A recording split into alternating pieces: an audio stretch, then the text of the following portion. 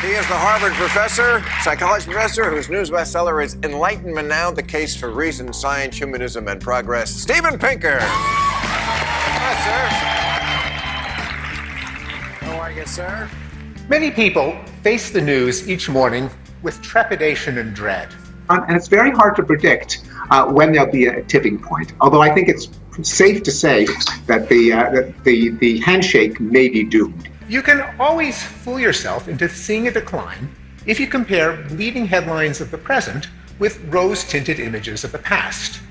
What's going on in the world today, I mentioned a little bit in the monologue, the record heats. People dying in Japan and places where they never did from heat. We're not even starting on that.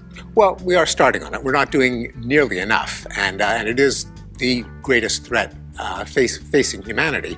But there are roadmaps to decarbonizing the economy that we have to implement and accelerate. They include both policy measures like a carbon tax, so that every economic decision that everyone on the planet makes factors in. But we're not doing it. That's the thing. There is no carbon tax. Let's start. Yeah. Life is better than death. Health is better than sickness. Abundance is better than want. Freedom is better than coercion. Happiness is better than suffering, and knowledge is better than ignorance and superstition.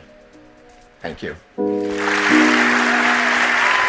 Hi, everybody. Today's episode features none other than Harvard University professor Dr. Steven Pinker, who is a phenomenal intellect. He is really one of these public intellectuals. He's a philosopher. He's a psychologist. He is a rational thinker. He is a humanist. And we got into all sorts of topics and more in today's episode. I think you're really going to enjoy it. I hope that if you do, you'll leave a rating, a review, and let me know what you think about these podcasts, wherever you're watching or listening to them. Please subscribe to my newsletter at briankeating.com. Most of my guests subscribe there, and I get to keep in touch with them. And who knows, you couldn't find a better company to be within than the Into the Impossible audience. I really thank you all so much in this time. We're still coming to the end of the pandemic, but the pandemic podcasting will remain and continue, because there's no reason to stop a good thing. I'm having so much fun. I hope you are too. Send me suggestions, leave comments or wherever you can, and subscribe to my newsletter and send me an email, briankeating.com. Anyway, enjoy today's episode. Steven is a brilliant person. He's just fun to talk to. Made plenty of time. He's a new book coming out in the fall. Stay tuned for that. I'm going to have him back and maybe a giveaway of his books. So please enjoy this episode with Professor Steven Pinker. Any sufficiently advanced technology is indistinguishable from magic. Today, we are joined on the Into the Impossible podcast by Professor Steven Pinker, the Johnstone Family Professor in the Department of Psychology at Harvard University. He's the author of many books, including The Language Instinct, How the Mind Works, The Blank Slate, The Stuff of Thought, The Better Angels of Our Nature, The Sense of Style, which I do love that book, and Enlightenment Now, which is most recently. And actually, Steven, you actually preempted what I was going to open our conversation with by your forthcoming book, Rationality, because I actually got re-exposed to you during the pandemic, courtesy of our mutual friend Michael Shermer, who tweeted out, "How about a free Harvard education in rationality?" This is in spring of 2020. Watch Steven Pinker's general education class on rationality. And I started to watch it. And I watched all the lectures, including the guest lectures. And it was amusing, kind of frozen in amber, this transition from in-person lectures to COVID, remote lectures only. But I was going to write you, Steven, you don't know who I am, but I have a good idea for you. Why don't you take all your lectures and turn it into a book? But I feel like you already had the idea. So can you mention briefly what the nature of rationality? Yeah, okay, right. We violate time and space. And I took your advice. My next book is called Rationality: What It Is, Why It Seems Scarce, Why It Matters. Well, that's funny because supposedly once about a decade ago, Stephen Hawking set up a table in the university at Cambridge University, and it said, "Welcome, time travelers from the future." And people were like, "What is he doing?" And then the next day he advertised it. And the joke was, they would only be able to attend this event if they could actually travel back into. So that's the origin of Stephen's book. We're actually violating time and space. But I want to start off by talking about rationality, and I want to get your prescription as a doctor, as am I, of philosophy in a sense, about rationality. So today, on my way to campus, I walked by some students, and they were skateboarding, whizzing down the street, or on the sidewalks or whatever, and they were on their cell phone or typing on their cell phone on their skateboard, not wearing a helmet, Stephen, but wearing a mask. So they were afraid, nervous about COVID, but not wearing a helmet and going at breakneck speed. What do you make of, these are some of the brightest, students and humans on the planet, and I assume similar phenomena can be witnessed at Harvard. What do you make of even educated people being so bad at making rational decisions? Yes, well, rationality is always a means to an end. We don't call someone rational if they just prove arbitrary theorems or spin out the digits of pi. You've got to have a goal. And often the goal is one that we may not agree with, or that may itself not be rational by held to certain criteria. So the wearing of masks, as we know, has become a decision that people make not only for the benefit toward themselves, protecting themselves against catching a contagious disease, or protection against others, not spreading it in case you do have it, but it's also become a symbol. It's become a means of advertising what coalition you are sympathetic with. And so, bizarrely enough, it became a symbol on the American right of defiance of the left, defiance of government. And even on the left, there are conditions in which there really is not a whole lot of benefit to wearing a mask, like you're by yourself on a beach, and some people wear it there to signal where their heart lies. In terms of whether or not you wear a helmet, there is a trade-off, of course, between the feeling of the wind through your hair and looking really cool, and increasing the chances that you will not die in a fatal accident. And there isn't an objectively correct answer to the question, which is the more rational of those goals to pursue. I think if we thought it through deeply enough, we would probably come to agree that few moments of pleasure and vanity don't outweigh the chance, however small, of dying in an accident. But those personal choices always involve trade-offs between competing values. And I've heard it said, even there was a study in the Proceedings of the National Academy of Sciences, which I've taken to saying lately what they used to say about the journal Nature. They used to say, just because it's in Nature doesn't necessarily mean it's wrong. But actually, we're finding a lot of things nowadays published in the New York Post, and these are like hardcore, science papers, or at least the theories behind them are, pretty significant. Like Avi Loeb had some pieces published in the New York Post, or op-eds about his discoveries related to Oumuamua. I want to talk about that because actually it seems that sometimes the most polarized people in society, and even those that have the most polarized views about science and scientific things like global warming or stem cell research, et cetera, they actually can be correlated with people with high scientific degrees of education. And I wonder, is that a byproduct of kind of, not the Dunning-Kruger effect, which as I understand, you are of course much more astute about it than I am, but it's sort of like, this phrase that, something so preposterous that only an intellectual could believe it. I do see things nowadays where people, are so entrenched scientifically, and they believe that their scientific credentials extend, to other disciplines. And so we hear about people, that won the Nobel Prize in condensed matter physics, and they'll opine about the an Iran treaty.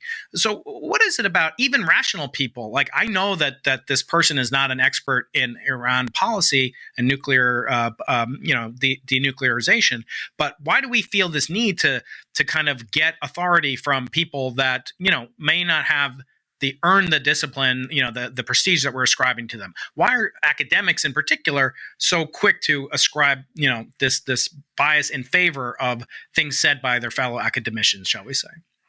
Yes, well, it's part of the inherent problem of knowing anything, that we have to take advantage of the division of labor, because none of us knows everything. Most of us know at best a little bit about something, which means that we have to in some sense, trust those who know more about the subject matter than we do, which in turn raises the question of who and on what basis should we trust someone. Because truth be told, I don't understand enough about atmospheric chemistry to work out for myself that human-made climate change is a fact. And a lot of the people who do believe what you and I would probably say is the correct belief, namely that human activity is warming the planet.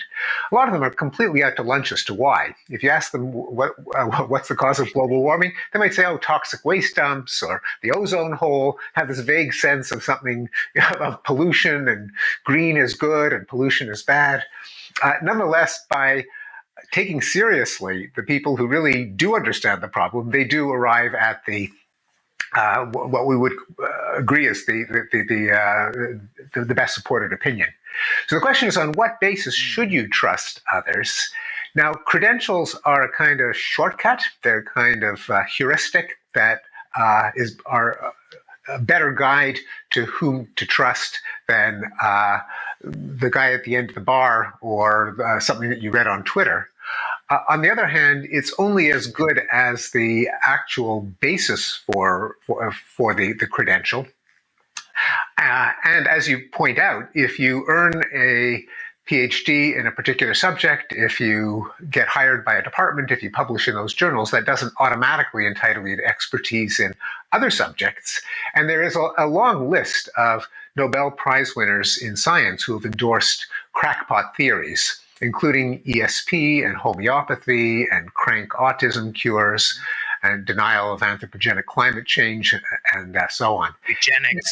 Eugenics. Yeah. You can't even go by whether the sheepskin on the wall is for that particular discipline, because even experts can fall out of the consensus of their own field, or falling out of away from the consensus is itself no indicator necessarily of being wrong, but they can pursue their own conceits. Conversely, people who take the time to learn about the best research in some other field might have a perfect right to express their opinions on it if they can back it up with research in the field that they're talking about. If they have good reasoning, if they base their factual claims on documented findings. So there's no formula for who to trust, but one has to kind of follow the train of evidence. Does that person have good grounds for what they are claiming? Does it stand up to logic? Is it supported by facts? Yeah, I always say when I'm asked, as I'm often done, and I assume it happens to you as well, at a talk I'll give about cosmology, someone will say, well, what do you think about global warming? And I'll say, I hope when you have an atmospheric chemist, from Scripps Institute of Oceanography here, when you have her come and speak and you ask her about cosmology, she doesn't answer the question. She says, well, you should talk to a cosmologist. and just the same way, so a little net knowledge is a dangerous thing. As your late great colleague, Stephen Jay Gould, was the author of the leader of the series on these treatise of scientific classics, of which Galileo's Dialogue is one. And in this book, translated by Stillman Drake, and it's a classic edition, forward by some guy named Albert Einstein. In it, I note that Galileo says these wonderful things that I think I want to run it by you, because I think I will get a kick, and maybe my audience will too. But what does this sound like to you? This is Galileo, who is a wonderful writer, incredibly brilliant orator and writer, not so great politically, shall we say, but he said the following: for anyone, this vain presumption of understanding everything can have no other basis than never understanding anything. For anyone who had experienced just once the perfect understanding of one single thing and had tasted how knowledge is truly accomplished, he would recognize that of the infinity of other truths, he understands nothing. And I think of this as like the Dunning-Kruger effect, like Galileo writing in 1632, anticipating this kind of effect that later, I believe that Richard Feynman, Nobel laureate, said, science is the belief in the ignorance of experts, not the wisdom of experts, in that if science would stagnate if we all of a sudden just said, okay, well, Newton was right. He was a genius. And I don't have to investigate these departures of the planet Mercury. No, I don't have to worry about that. What do you say about the fact there's always this tension, Stephen, between the respecting of the past, the received wisdom, if you will, as a scientist, but always having to assume that they're wrong. And it's sort of this dichotomy that is, because there's a danger of saying, well, you scientists don't know anything. You said 30 years ago Manhattan would be underwater, but no, you should listen to us now. And 30 years from now, it'll be underwater. But the reasoning is, it's not like the laws of chemistry or physics have changed. How do you convince someone that the scientific method is provisional? It is subject to consensus, but it should be the best tool that we have as human beings to make sense of our world?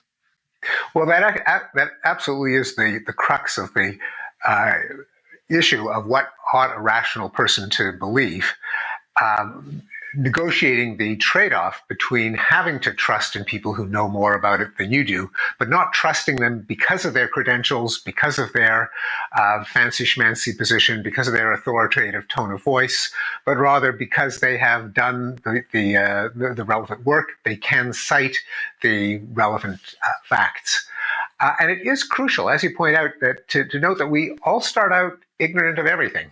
And in fact, if a scientist gets something wrong, that should not impugn the credibility of the enterprise, but strengthen it. Namely, since no one is omniscient, no one has been vouchsafed with the truth, God has not implanted correct beliefs in any of us, our only option is to frame explanations of phenomena and to let the world tell us whether they're right or wrong. And so in the early days of the pandemic, for example, when opinion did change, because it was a new pathogen, there was a new mode of transmission, no one really understood anything, and some of the advice did flip-flop, and the wrong conclusion would be, well, that just shows you shouldn't trust scientists because they say one thing one week and another thing the other week. It should be, well, yes, we should trust at least the methods of science, not necessarily any given scientist, because given that we start out ignorant, it is our best means of reducing our ignorance. Right. Yeah, and similar, I think, on the radical or self-declared humanists or maybe even militant self-declared atheists like Lawrence Krauss or Richard Dawkins. There is this tendency. Well, if you don't like it, if you don't believe in science, then you shouldn't use a cell phone because a cell phone uses general relativity to make corrections to the time delay. I think that's a little overblown as well. Like I don't think we have to accept the issue of, it's like what scientists, another thing that Galileo said is, 1,000, scientists are not worth the humble reasoning of a single individual. So it is true, although I get a lot of emails like people thought Einstein was wrong. People think I'm wrong. Therefore, I'm Einstein. Will you help me, win a Nobel Prize and I'll share the money with you. But nevertheless, I do feel like we live in this age where, as Carl Sagan said, never has so much technology been present by people that understand it so poorly. And I feel like it's getting worse, like Moore's law and everything else, and the progress of inevitable, progression of human technology and science that you and I are part of, is only going to make that problem worse. So we're only going to understand technology less and less relative to what is available. So are you still optimistic? Is the trajectory that you outlined so beautifully in Enlightenment now? Do we feel, after witnessing a pandemic and all the kind of irrationality that was surrounding it, are you more optimistic, less optimistic, sort of the same? Well, the people often characterize Enlightenment now and the book that I wrote, 2 books previously, The Better Angels of Our Nature, as briefs for optimism. But that really is not what they are. Right. They're not encouraging people to take a particular mindset, to wear rose-colored glasses, see the glass as half full, look on the bright side. They're trying to make people aware of facts that they're ignorant of. Most people, if you ask them, have wars gotten better or worse over the last 50 years? They'll say worse. You ask them, has global poverty, extreme poverty, gotten better or worse? They'll say it's gotten worse. And they're wrong and they're wrong. Extreme poverty has been decimated, literacy has increased, longevity has increased, rates of death in war and genocide have plunged. Now, people just are incorrect in their beliefs about these phenomena. And because if you base your understanding of the world on events in the media, you're getting a highly distorted view of the world because journalism is a non-random sample of the worst events that have happened on a given day. Right. And all of the things that don't happen, like a country that is not at war, or things that happen gradually, like 137,000 people escaping from extreme poverty every single day, just aren't headlines. They happen, they build up, they change the world, and no one's aware of them. So that's really was the point of both of those books, rather than, well, let's assume that everything will get better, because things don't get better by themselves. They get better only because, and as a physicist, you'd be the first to acknowledge that the laws of the universe don't care about us. If anything, they seem to grind us down. There's the second law of thermodynamics. When it comes to our position in the natural world as organisms, we are vulnerable to pathogens and parasites, like all living things. You and I are big, juicy hunks of meat there for the eating by itty-bitty organisms that can evolve a lot faster than we can, because their generation time is in minutes rather than in decades. And so we're sitting ducks for pathogens and germs. The only reason we're not all dead is that we've fought back. In our evolutionary history, we fought back with our immune system. We fought back with sexual reproduction, so our kids aren't clones of ourselves, and our germs have to start all over again, evolving to crack their molecular defenses. We have primitive behavioral emotions like disgust and xenophobia. But what we've developed in the last couple of centuries is the application of reason to fight back against little germs, such as vaccination, such as antibiotics, such as sanitation, such as public health measures. And it's only by applying our ingenuity deployed toward the goal of keeping people alive and healthy and happy that we can push back against all these forces of the cosmos that are trying to grind us down. Or at best, that's a little bit too anthropomorphic. They aren't really trying. They just don't care. And things left to their own devices, things get worse. Yeah, there's the teleological kind of overlay that's almost impossible in what I do, and to some extent what my colleagues in evolutionary biology, et cetera, do. You mentioned the media, and I thought, I made this observation, recently online somewhere, that never has it been the case where media were never not guided by a profit motive. In other words, we're living in an extraordinary time where billionaires control huge media empires, from pure electronic to print media, and hybrid models as well, and that can be shut off at a moment's notice. Access can be denied at a moment's notice. There's no appeals board. There's no government court. It's not governmental, so you can't claim freedom of speech issues or denial of rights. But it's still a phenomenal experience in the sense that never has it been that a newspaper was completely free of any concern of making a profit. And I wonder, is that contributing to some of the radical kind of polarization that we're seeing? Or do you feel like it's unprecedented or permanent? Or do you think that that's going to change and people will vote for their pocketbooks? I see that happening less and less often nowadays.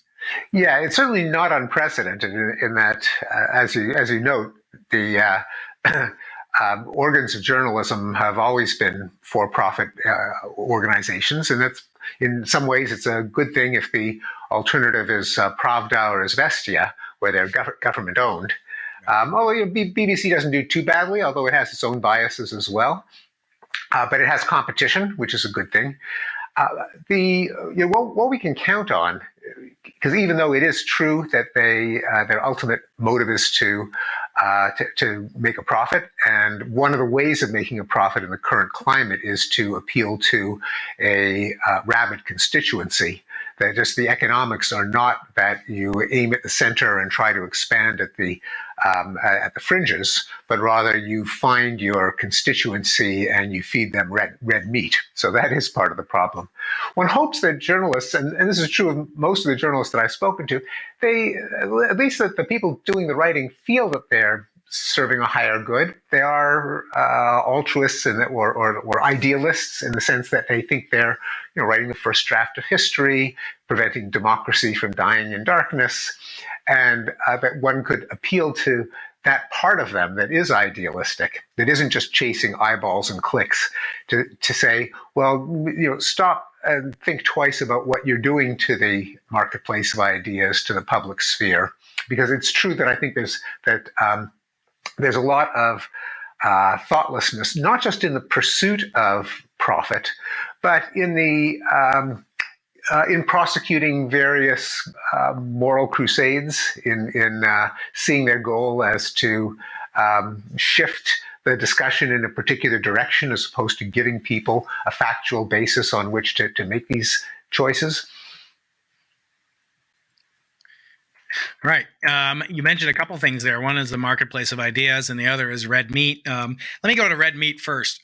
So looking back in history, I've been thinking, well, obviously our founding fathers had tremendous, flaws, and they committed, what we consider now the shifting moral zeitgeist, et cetera, and the moral relativism that every age employs.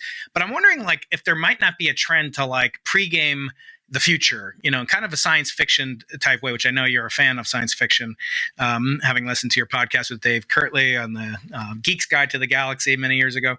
But nevertheless, looking at the future, saying, well, in the future, probably there'll be no need for red meat. I had on Chase Purdy, who's the author of Billion Dollar Burger, about stem cell grown meat, lab grown meat. And it seems clear to me that this will be very commonplace. I had an Impossible Burger for lunch yesterday.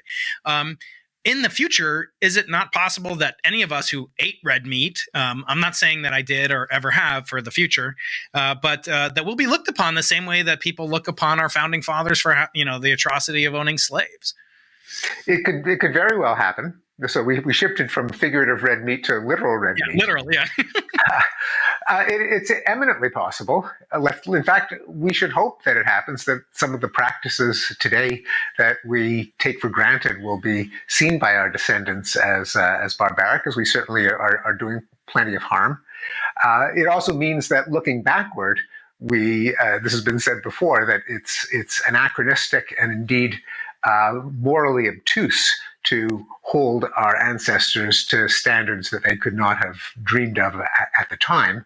And therefore, the problem is going forward is that we are apt to blame harms on bad people as opposed to bad norms and institutions and assumptions and beliefs, and therefore to exculpate ourselves, because of course, I'm a good person, and you're a good person, and all my pals are good people.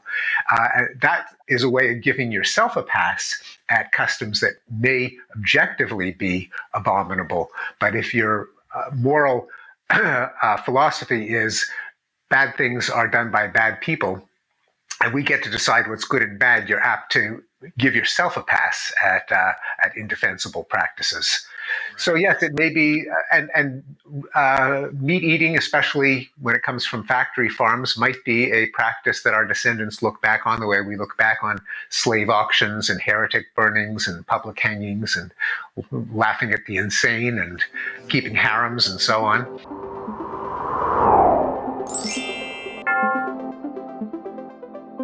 And there may be others. Our regime of criminal punishment, our drug laws, our possession of nuclear weapons, all of these in a particular frame of mind might be seen as both insane and evil. But they're the only way we know how to do things now, and so we might accept them too quickly if we just think, oh, well, we're all good and decent people. You've given me another business idea. Thank you, Steve, for a job of future moral consultant. So what practices do I have to stop now in order not to be looked down upon 100 years hence? And I'm going to be consulting with my friends who do have harems to this very day. So thank you for that, Steve. The problem is it's really easy to do it about our ancestors. It's right, not so exactly. easy to do it about ourselves, yes. And that, I want to take the flip side of that coin. So in science, we talk, as Isaac Newton once said, we stand on the shoulders of giants, although some say he was saying it as an insult, a pejorative. One of his colleagues, maybe Leibniz, was very short and he was making fun of him or something.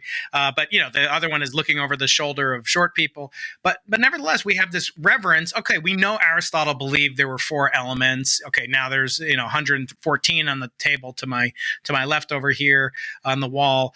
We know that he thought that the Earth was the center of the universe. Okay, but he also came up with the laws of modus exponents, and he came up with the laws of logic. He was the first to discover, as I point out, it's very relevant to me and where you are in the Cape.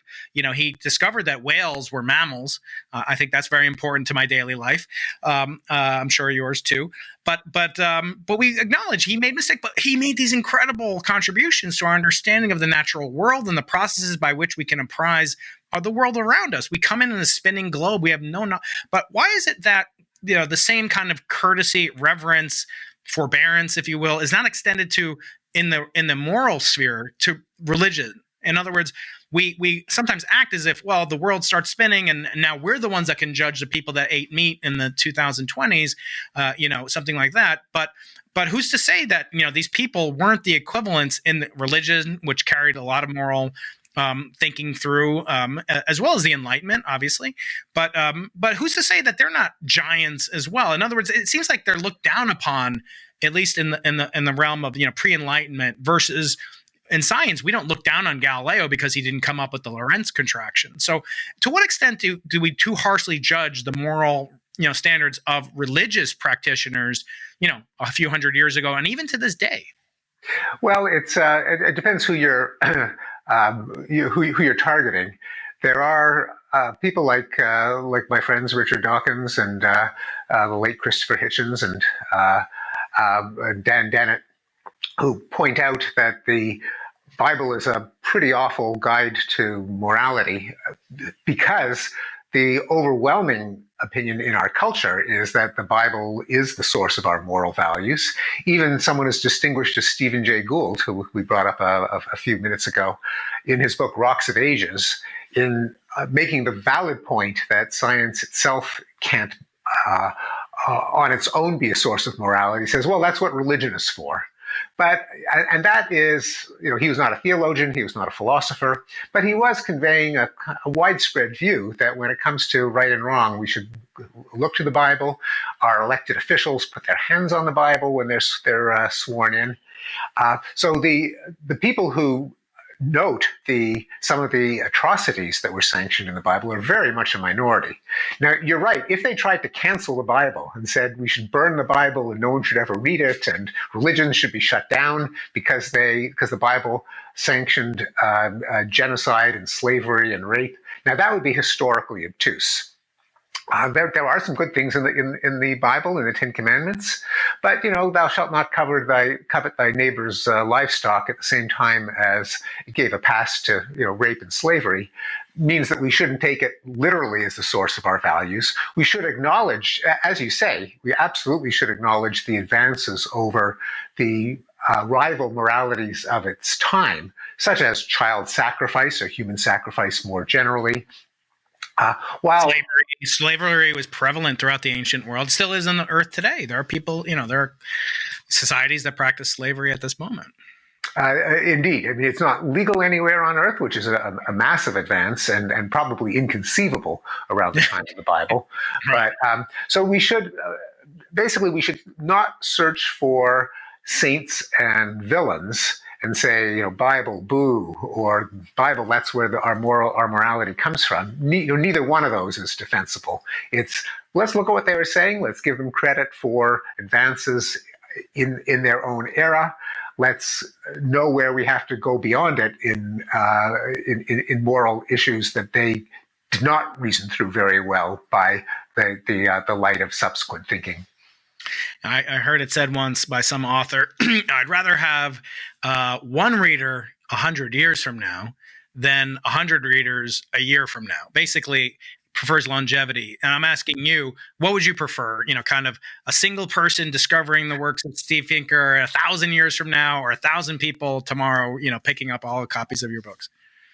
Well, I sort of think of it the way I think of our genealogical progeny, our genetic descendants, which I have zero directly through my own line, although I do have some nieces and nephews, but which is that you can't clone yourself. It's not you that's going to be or that ought to be uniquely remembered, but you're contributing to a collective body of knowledge. And what I would hope to do is make contributions that make the entirety of our knowledge more accurate, deeper. Not that someone would point to me and say, "Oh, he got it right," however numerous they are now or 100 years, but that the whole idea pool has been enriched by some increment thanks to what I've tried to work out. Absolutely, and it has. And we're talking again, Steven Pinker, Johnstone Family Professor at Harvard University, an influence on me. Although we're just meeting for the first time, I love your mind, Steven. It's so engaging when I listen to you and I read your works. But just to get back, one last thing on the Bible. I always say, look, the Bible had to speak to people thousands of years ago in a language they could understand. It's not simplistic. People that trivialize it, say it's just for Bronze Age peasants. It's fairly sophisticated linguistically, et cetera, and even self-consistent, and it has obviously troubling aspects. Dick Friedman's a good friend of mine, formerly here at UC San Diego, who wrote the Bible, his famous work. But I always say, something like that spoke to people thousands of years ago. We don't know exactly when it was, in its final form, but still speaks to people. It still will. Not only would I trade, my sales of my book, for 1% of God's book sales. I would kill for 1% of God's book sales. But also the longevity, as you say.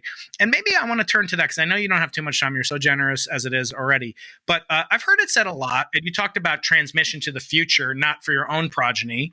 I always point out, Steve, what was the name of your 8th great-grandparent on your mother's side's first name? Like, nobody knows who that is, and that's like a couple generations, before, right? And that means, I think, per force, that in the future, no one's going to know who I am. I have kids, and they'll have kids, hopefully. But 8 generations later, they're not going to know who Brian Keating was. Hopefully, unless I do something to be note of it. But I want to ask you, what is sort of the most precious commodity to you? Is it, material, immaterial? But it's often said, well, money is very important, or time is very important. What commodity do you think is the most conserved, precious commodity there is in life? Well, certainly love and trust of my family, and time, indeed time, opportunity to access to knowledge and information. Now, the material prosperity enables many other things in life, such as access to knowledge, and not least time. So it would be a little hypocritical to say that it means nothing. And indeed, one of the things that I learned in documenting human progress is that prosperity, at least at the level of nations, leads to a lot of other really good things. Richer countries, on average, are more literate, more peaceable, more gender egalitarian, are safer, less likely to get into wars. There are some notable exceptions, like the United States, but prosperity by itself should not be a goal, but a lot of things that prosperity brings are also valuable. Now, it doesn't mean that that's why I want to get as rich as possible, but it does mean that I do appreciate the living in an affluent democracy and all of the gifts that it brings. Yeah, we're talking here in April of 2021, and Prince Philip of England just died, and he died at almost 100 years old, a storied life. And I was thinking, when he was born, in 1921 or whatever, he nobody on Earth today would trade their life and their lifestyle for the life of the King or Queen of England at that time. In other words, the lives of people today, even the poorest among American society, let's say, are better than the richest kings and queens of Europe 300 years ago. And so, that is in part due to this flourishing of the human spirit. And that's why sometimes it does trouble me, Steve, when people want to get out of the problem of, say, anthropocentric global warming, which we both agree upon, but they want to get out of it by brute force approach. So, for example, I don't know if you're familiar with this. It was a great crisis both on Wall Street and in London. It was called the Great Horse Manure Crisis of 1894. And it shut down Wall Street for weeks and months at a time because the traders couldn't get to Wall Street because the streets were covered in horse crap. And the same thing was predicted in the Times of London, predicted that by 1934, the streets of London would be covered under 9 feet of manure. Now, there are some people who say that wouldn't be a bad thing for London, but Nevertheless, of course, it didn't happen. But if you had tried to solve the problem using the technology of the day, you would have had horse diapers. You would have put horses on some, vegan diet. I don't know what they're already on a vegan diet, as far as I know. What do I know about horses? But the point being, if you try to just brute force out, I think you're denying the scientific. I'm not saying you, but in general, these approaches where we just want to truncate the problem, brute force it into a solution by the means of the way that we got into it. I feel like that short changes and gives short shrift to the scientific method and the scientific progress, that it will kind of invalidate it. If I just say to my kids, your future is bleak, don't think of any new solutions. For example, we could have radioactive thorium is much more clean source of nuclear fuel with fewer side effects and fewer applications for militaristic deployment of that fuel. But we seem to just want to either shut down all petroleum power or shut down, coal digging, and that has improved. But what do you make of this? That by telling people to curtail something in science, you're maybe stunting the possible growth that could get us out of future problems on Earth. Well, I think putting aside the horse manure scare, and I think some historians have a kind of jaundiced view as to whether there were apocryphal elements to some of those fears. But nonetheless, it is definitely true that the approach to climate change that says we have to reverse the Industrial Revolution, we've got to stop economic growth, we've got to moralize so that everyone massively conserves and goes back to a simpler lifestyle is just not going to do it. It's not going to solve the climate crisis because people want energy, they need energy. It's how we got out of extreme poverty. It's how the rest of the world is going to get out of extreme poverty. And if we tell them stay in at your current level standard of living, they're just not going to listen to us.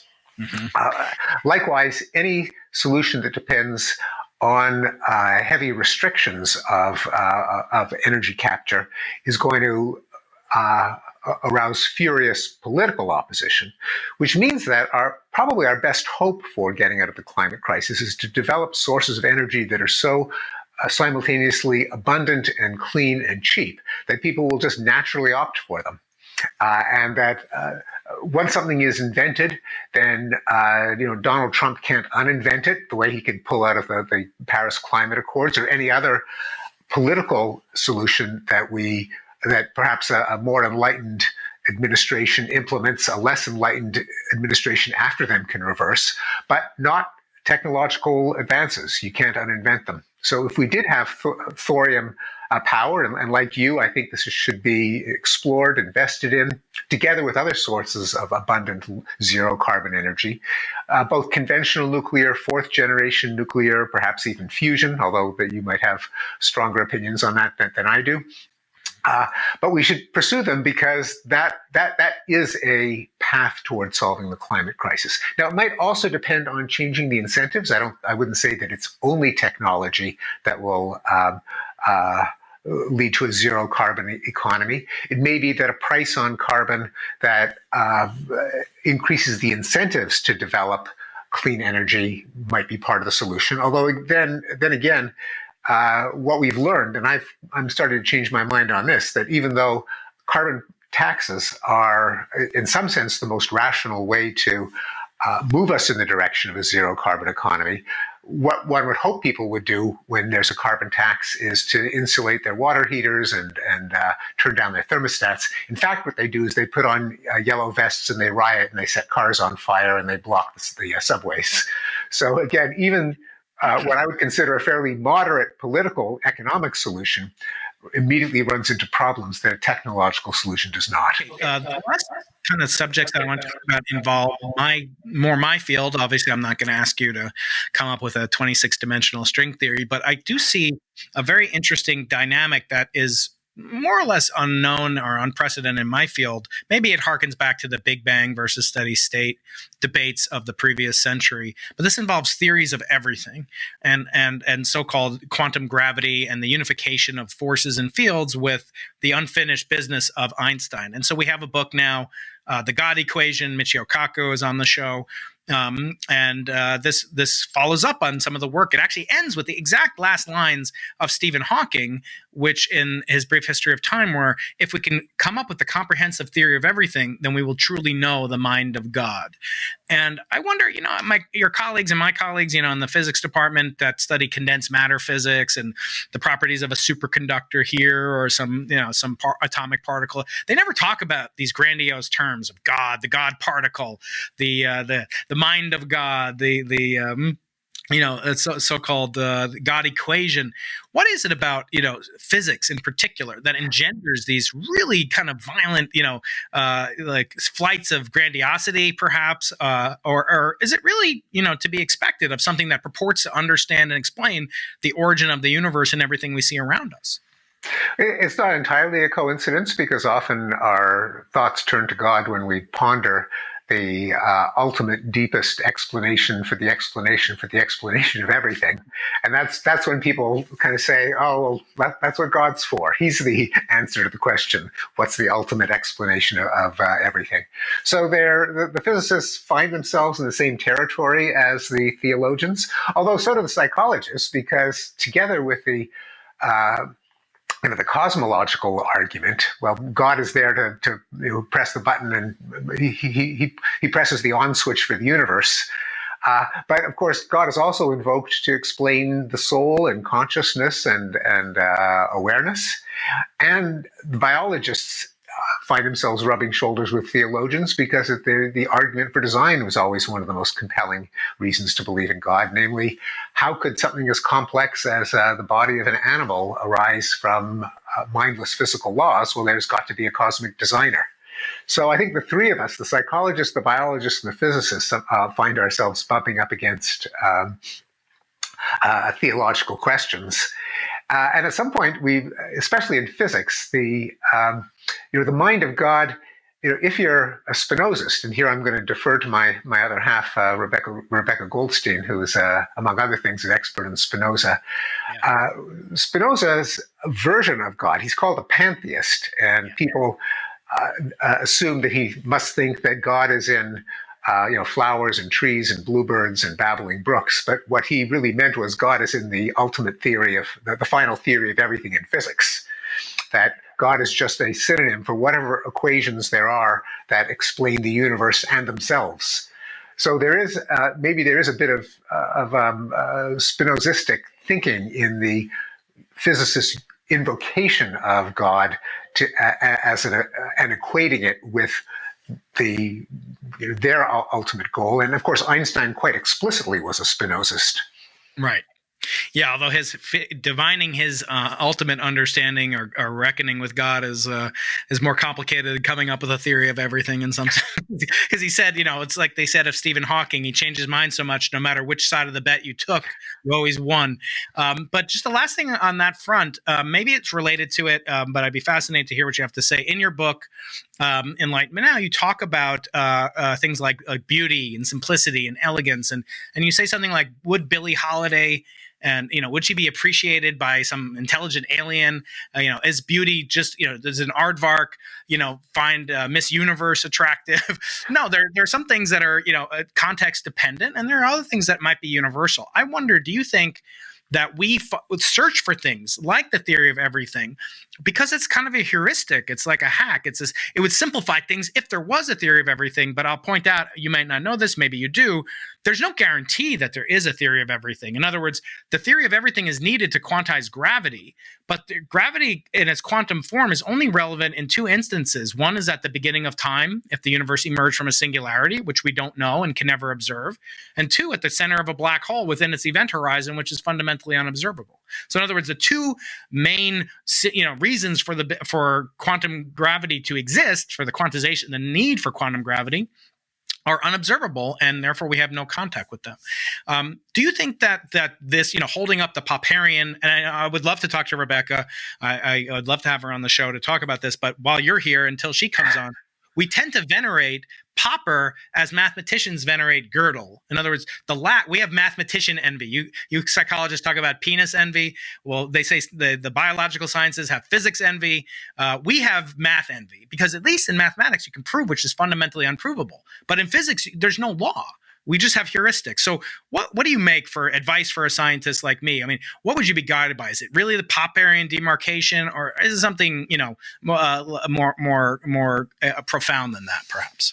Well, I tend to, in terms of the philosophy of science, or the capturing the scientific methodology, I tend to think that the Bayesian approach is more convincing than the Popperian approach. The Popper might even be a special case of Bayes, namely that it's not the skeet shooting model of science where you throw out a hypothesis and then you see whether it survives the bullet of falsification.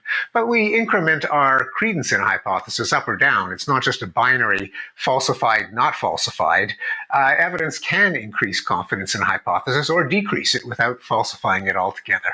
And indeed, I'm not enough of a philosopher of science to work this out, but I suspect that a lot of the biases that scientists in general and physicists in particular have toward beauty in a theory and elegance, maybe that it deserves a kind of Bayesian high prior probability, because it's so, to the extent that what we sense as beauty is often parsimony, simplicity, elegance, that is, a small number of postulates can unfold to deduce a large number of implications, then you have to believe fewer things a priori if you posit an elegant, beautiful, simple theory than a complex one. You're kind of on the hook to prove more if you start out with a more complex theory than if you start out with a simpler theory. And maybe there's something to be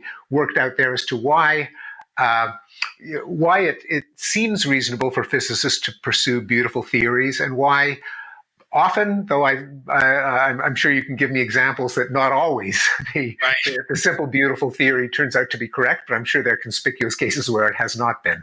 Yeah, the psychological question is why, as you point out, and you're kind of channeling William James, who said, to the bear it is the she-bear that is meant to be loved, to the lion, the lioness.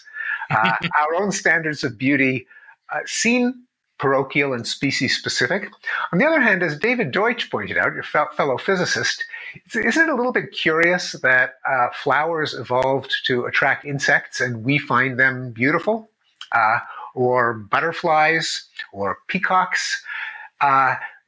Since the peahen's sense of beauty and our sense of beauty overlap, and not because of descent from a common ancestor, those evolved independently, could there be some kind of Platonic definition of beauty that peahens and humans independently stumbled upon, maybe having to do with some sort of counter-entropic force that is, or phenomenon, something that gives us pure colors as opposed to muddy brown that you get from mixing stuff together, symmetry, highly improbable state arrangement of matter, repetition, simplicity, things that signify some kind of underlying causal force amidst the chaos of the universe, and therefore are worthy of attention regardless of species.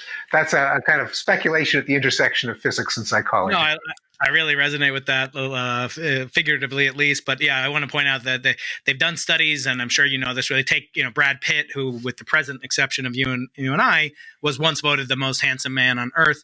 And they take his face and they split it down the middle, and they reflect the left onto the right, and he's hideous and he's grotesque. So it's really the broken symmetry, and that applies to physics as well. The Higgs mechanism, spontaneous symmetry breaking, your Shelley Glashow, former Harvard disciple of Schwinger, et cetera. These are all broken symmetries, and that's where the physics gets interesting. I want to finish up, if you have 3 more minutes, Steve? Yep. Okay.